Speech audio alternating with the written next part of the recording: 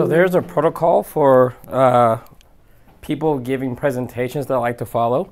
When guys come up, we're going to try to give them like a really loud welcome, like make people want to come in that aren't in this meetup today. So we can start with me. I'm going to give a presentation really quickly about Ipixi and running CoreOS outside of the cloud. So I'm going to go over here and I'll come back up.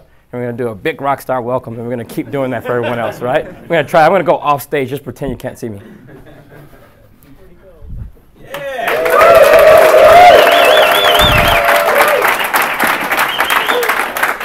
Wow, this is awesome. Like, awesome crowd here. I'm a bit shy, so I'm going to give a presentation about running CoreOS outside of the cloud. So it seems like a lot of people here have experience running CoreOS in the cloud. How many people actually run it on some cloud platform? Bare metal. You guys still have bare metal servers? Awesome. I thought I was the only one. So the thing about CoreOS and Ipixi is that, you know, the idea here is that you want to probably boot a large cluster of machines. And doing this over the standard methods of like Ipixi and TFTP kind of put a strain on your network if you try to boot, let's say, 1,000 machines at a time. TFTP doesn't scale that well in that case. So Ipixi offers us a couple of more options. Ideally, we can do things like boot our images over HTTP. And some of the tools that CoreOS provides out of the box for you allows you to actually automate a lot of the Ipixi process at initial boot. And this kind of gives you that cloud-like experience on your bare metal hardware. I didn't get a chance to bring in my data center, so we're going to do most of this demo on VMware. And we're going to talk about the current process now that you have for Ipixi. And if some of you seen my GopherCon talk, I kind of gave some advice about how not to lose your day job hosting your Ipixi scripts on pasty.org. And what resulted was a open source kind of an Ipixi server for doing this. So the things that we actually want to do with our Ipixi process is we want to come up and give a Pixi boot script saying what images we want. We have the option of providing the SSH key so you can log in on initial boot, and the CoreOS images we want to build. So the first thing we do is we launch a Ipixi server, and I have a simple server here written in Go.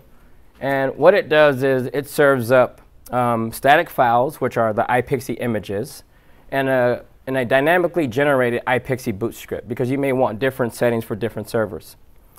And currently what we have in this implementation is everything is backed by a file system. So we have this CoreOS Ipixi server, and if we were quickly to do like a tree to see what we have underneath there, we'll see what we have is this new concept called a profile. So this is something that I kind of got from the cobbler world, where you want to have a way to associate machines to their Ipixi configuration. And then here I have a bunch of CoreOS images. So basically, this is the same directory structure that you get from the upstream channels. And here I have a bunch of cloud configs. And in those, this is where we do all of our things we want to happen automatically at boot time. So this is where you do things like set Docker up to listen on a remote IP, add users, additional SSH keys, that sort of thing. How many people are using Cloud Config in their environment now? Yeah, so if you're not using Cloud Config with CoreOS, it's actually, to me, one of the things that, the thing I like the most about CoreOS as opposed to using like stock Ubuntu. Like Ubuntu works really nice in the cloud. If you're using something like Amazon, you kind of use that experience already, where you give it metadata and a lot of things happen on boot. But CoreOS kind of has this just built in, and it doesn't require a specific cloud to use those features. So with Cloud Config, and we'll look at one of these Cloud Configs since a lot of people may not have a lot of experience with it. And Cloud Config, by default, it's this nice little YAML format. And you can think of it as almost like CloudFormation, or if you ever use something like Ansible, you basically can declare a couple of resources. There's like an etcd type of resource that will help you kind of bootstrap a cluster. There are a couple of placeholder things in here that can consume metadata value, like public IPs and your private IP address. This works really great in the cloud. And if you don't have a cloud environment, there's like a script that will kind of determine what your network card is and take that IP address. And then you have the ability to define systemd units. So you can imagine a world where if you really want to automate this thing fully, if you had a bunch of Docker containers, you can have the pre-start bring down the container, make sure that it's available on the system. and then make sure that it's always running and kind of chain things up together. So you can take a raw machine and bring in all the containers that you need and it just be there at boot time. You can also do things like bring in SSH keys from, let's say, GitHub. It supports the GitHub API. Or you can just bring in regular files and put them in the right place.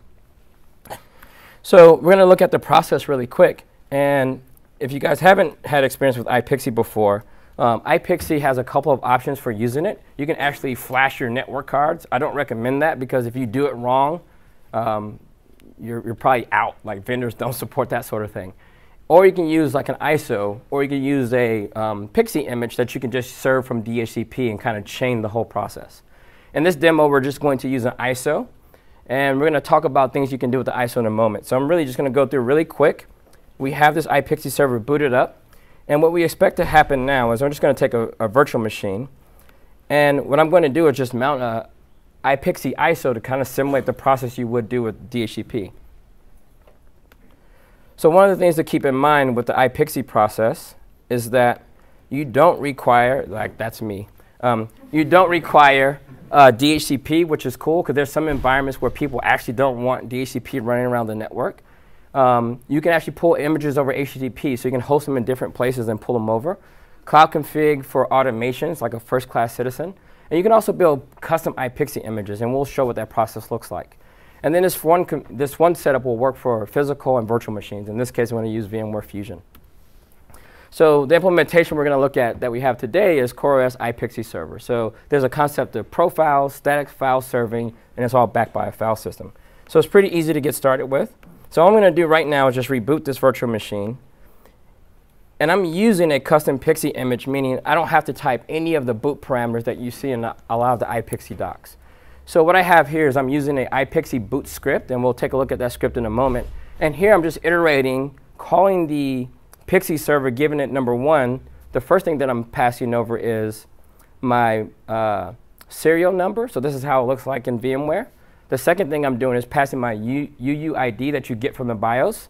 And the third thing I'm doing is giving it its MAC address. And what happens today in the current system, it matches one of those 3 things to a profile on this, loads it up, figures out what version of CoreOS you want, either a specific version or you want to pin yourself to a channel. And once that happens, you go through the whole boot process and your machine should be up. So a couple more seconds here, and now we're up. Oh, and it tells me that this is Core 0. And a lot of this magic happens because of cloud config. And if we look at the cloud config for this particular instance,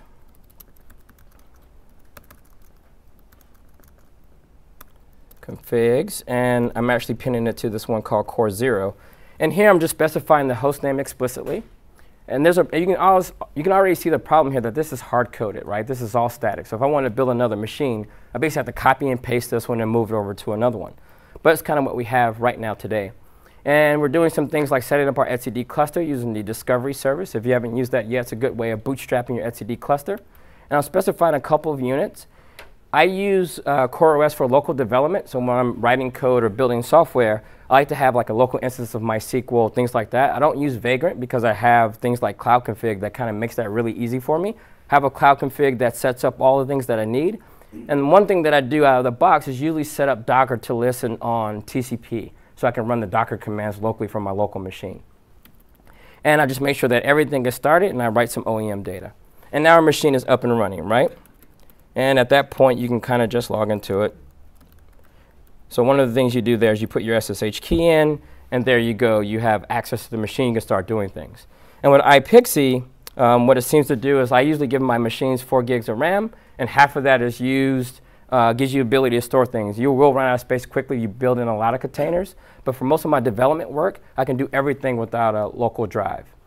There's good documentation online if you want to do persistence, like netboot the image, but have persistence like your containers, any state that you've developed over time will stay on the local disk. So that's the Ipixi process. Not very exciting. And that was the demo. And the thing we want to do now is kind of formalize this, right? So there are some people that are starting to use this thing, and now they want more features. Have any of you guys ever used a tool called Cobbler or Foreman to manage like bare metal servers? Cool, so they offer a lot of features, and it kind of gives you like a nice place to see all the inventory for your machines, manage some of the metadata around those machines. And this is something that I want to do with iPXE. So iPXE, the goal is to provide a web UI for some of that stuff. Replace the file systems with like BoltDB, so it's like an in-memory key value database that works really well in Go projects. And I want to have a unified API first, and then build a CLI and a web on top. And I want to dynamically generate those cloud configs, so we can reuse some of the metadata from the machine. And I also want to do CoreOS syncing from the actual channels themselves, because right now you have to download the files.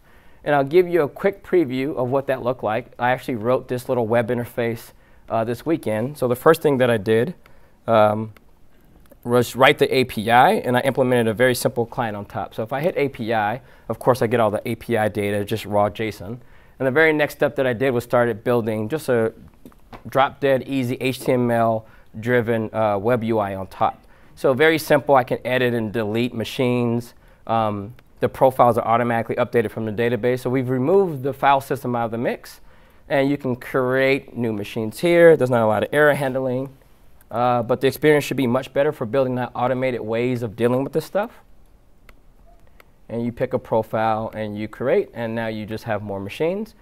Doing the same thing for cloud configs. You can create a cloud config, and what we're trying to do is expose all the options that you could possibly do, because a lot of people run into problems figuring out like what are all the options that I can pass in. So all those will be exposed here. You can manage all your SSH keys here, and that's a very simple process. Just gives you a little screen to say, hey, upload your key, and we'll save it there, and there's your key. You can edit it, and we're going to do the same thing for cloud configs.